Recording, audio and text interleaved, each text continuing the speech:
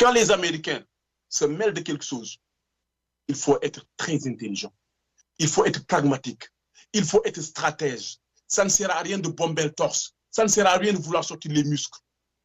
Avec les Américains, il faut y aller intelligemment et sur le plan diplomatique.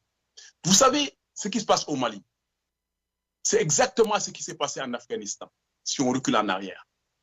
Les Russes étaient en Afghanistan sous l'invitation du président. Les Américains, voyant l'influence russe dans ce secteur, ne pouvaient pas l'accepter dans leur stratégie. Donc, ils ont fait quoi, les Américains? Ils ont pris Ben Laden. Ils ont formé Ben Laden. Ils ont armé les mecs. Ils les ont armés. Ils les ont formés avec toute l'artillerie derrière. Ils ont réussi à faire partir les Russes.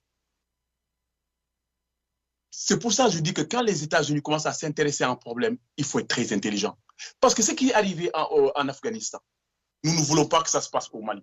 Nous n'avons pas envie que les Américains mènent une guerre terrible aux Russes sur le continent africain. Parce que les seuls perdants, ce sera les Africains. Tous ceux qui sont là, qui parlent, ils parlent des choses qu'ils ne comprennent même pas. Ils parlent des choses qu'ils ignorent. Il faut que ça se réalise pour qu'ils comprennent qu'ils étaient dans l'erreur. Le Sénégal, la diplomatie sénégalaise est largement au-dessus de l'émotion. Nous voyons plus loin que certains panafricains. Nous ne voulons pas que le Mali soit le théâtre de conflit entre la Russie et les États-Unis. Et c'est ce qui est en train d'arriver.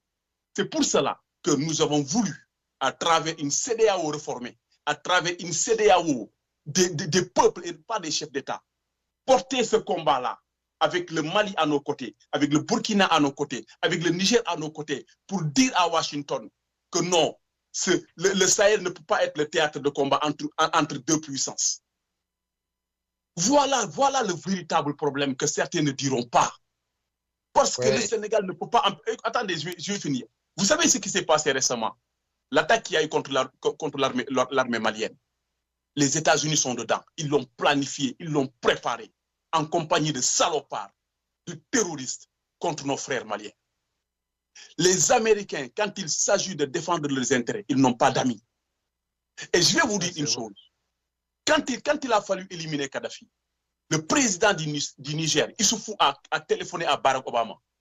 Il dit à Obama, si vous tuez Kadhafi, vous allez déstabiliser toute la sous-région.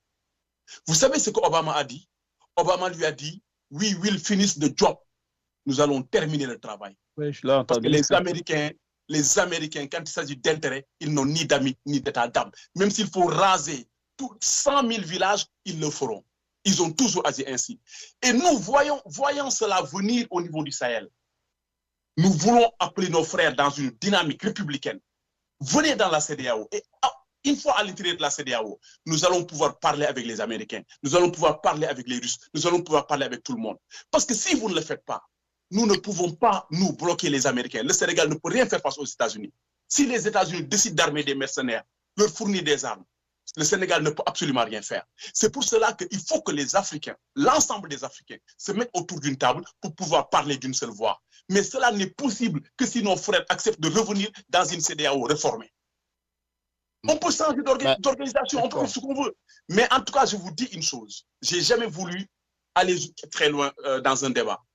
Mais ce qui se passe au Sahel, si les Sahéliens pensent que c'est parce que la Russie leur fournit des armes et que ces armes vont suffire pour stopper ce qui se passe, c'est parce qu'ils ignorent tout de la puissance américaine.